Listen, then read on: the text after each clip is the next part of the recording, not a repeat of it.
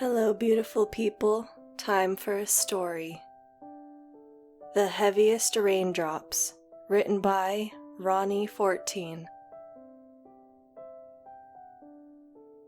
A typical Saturday afternoon, that's all it was. River Road in Columbus, Georgia was hopping. The February cold unable to keep my neighbors inside. Always the rebel, I stayed parked in front of my flat screen. My loyal corgi Agnes right by my side. On a cloudy day, I had nothing better to do, nothing but wine and Netflix. Being a middle school teacher before 30 was hell. And as a single black woman, I had zero interest in going clubbing or cruising the neighborhood's many parties. Not on the one real day I had off.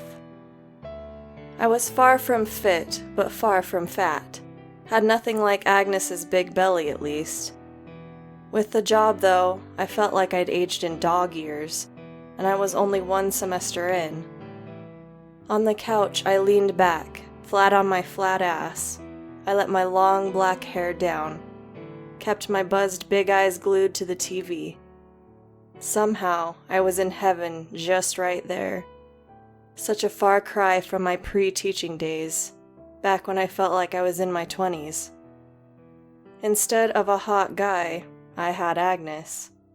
Instead of the beach, I stayed in this small suburban house, surrounded by bland walls, Goodwill furniture, and empty picture frames. I hadn't even had the time or energy to decorate, and probably never would at this point.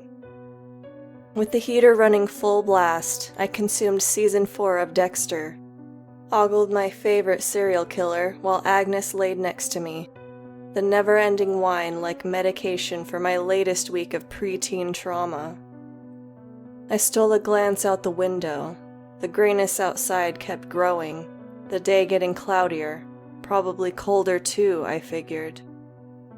Yet even from here, I could see my neighbors out in the front yard across the street, Sarah's Saturday afternoon routine, where she was sliding down the outdoor playset along with her 2 kids, Tara and Derek. Their laughter contagious and constant, not to mention annoying as hell.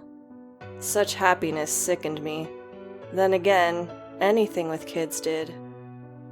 Through the drunken depression, I stared past Sarah's house, out at a couple of distant towers. Skinny cell phone towers, I thought.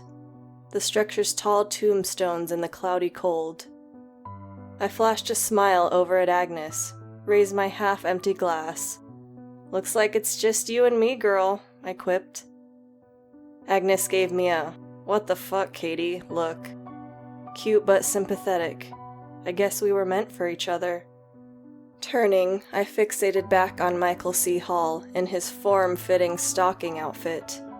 Back to my fantasy of hacking up shitty people, with Dexter Morgan, of course.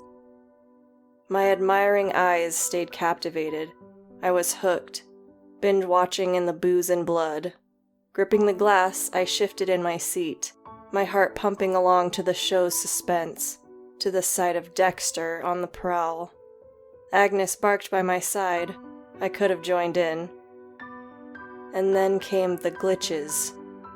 Dexter went out of focus. My man became a blurry beauty, the show's audio in a ferocious lag. Then the raindrops joined the soundtrack. Not from the show, but outside. The rain heavier than any I'd ever heard. Frustrated, I slouched back on the couch. "What the hell, man?" I locked eyes with Agnes, waved toward my TV. "What the hell happened? They said it was supposed to be sunny." Finally, the Netflix stream died, its slow, painful death complete. In the silence, I stared at the flat screen in disbelief, at the merciless, no-service cockblock before me. Now the rain sounded even louder, pure bullets from nature. I took another sip. Fuck. Agnes curled up beside me, little comfort considering I wanted that hunky serial killer. Not my cute corgi. The lights cut out. All of our power zapped in an instant. Gone was the TV, the heat, Here it was not even 3 p.m. and we were alone in darkness. As rain pelted the roof, Agnes whimpered. I became uneasy, especially in the invading cold. I downed the wine in a desperate attempt to cure the anxiety. No such luck. Especially after I heard that first blood-curdling scream. Then the pair of higher-pitched cries following it. The screams so terrifying they pierced through the storm. Panicking, I placed the glass on the coffee table, stood up off the couch. With a shrill bark, Agnes ran right ahead of me, beating me to the front door. Her chorus accompanied by snarls and growls. "Agnes!" I cried. I took one look out the window. Instantly, I got chills, and not just from the cold either. Like a nuclear blanket, waves of fog spread through the neighborhood. A thick mist, and deep in my disturbed gut, I realized I no longer heard the screams. The sounds so short-lived but memorable in their horror. 3 distinct screams that had come from right across the street. In an anxious rhythm, Agnes circled the door, her barks matching the intense rain. I staggered toward the door, pushed Agnes away with my leg. "Stay here, girl," I commanded. At first, Agnes retreated. Her growls grew guttural. Then when I grabbed the knob, I saw her cower back. I hesitated. The rain blared through my mind. The screams haunted me. But finally, curiosity conquered my fear, for a brief moment at least. I cracked open the door and let the chilling air greet me. There, in the doorway, I scanned the scene. Through the mist, the rain, through the thick, squirming raindrops. Shrouded by haze, I made out 3 figures next door. Sarah and the kids were lying still, the 3 of them silent, even as smaller creatures swarmed over their bodies. Racing toward them was even more of this eerie army, the insects, much too fast and efficient to be ants, much too hungry for this picnic of human flesh. Behind me, Agnes erupted in a barking frenzy. Only the noise had no effect on the terror paralyzing me. I was just glad Agnes stayed inside. My eyes stayed on those raindrops piling up in our yard, black drops parachuting in one after the other. I heard no pitter-patter, but plops and thumps. The sounds of smaller bodies crashing down. Some of the creatures died upon impact, but most of those baby spiders immediately went for the kill, on the prowl for blood. Shivering, I folded my arms, let the fear consume me, glad that this curtain of mist hid the feast of flesh occurring less than 30 feet away. Our house shook. The windows rattled. Startled, I looked out at the fog. The towers were now closer, and one of those skinny, prickly legs was taking another long stride, one of the 8 legs surrounding us.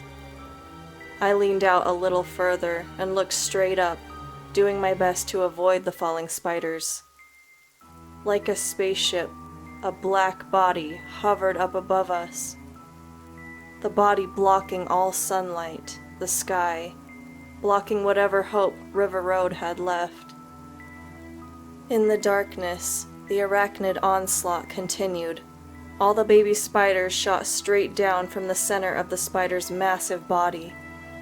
"Oh God!" I screamed. From the living room, Agnes joined me in my yells. Soon enough, I'd join her inside. That way we could at least sit in terror together. Defeated, I looked around the neighborhood. The webs of mist, a fearful filter for what was a desolation of death. Suburbia never sounded so quiet on a Saturday.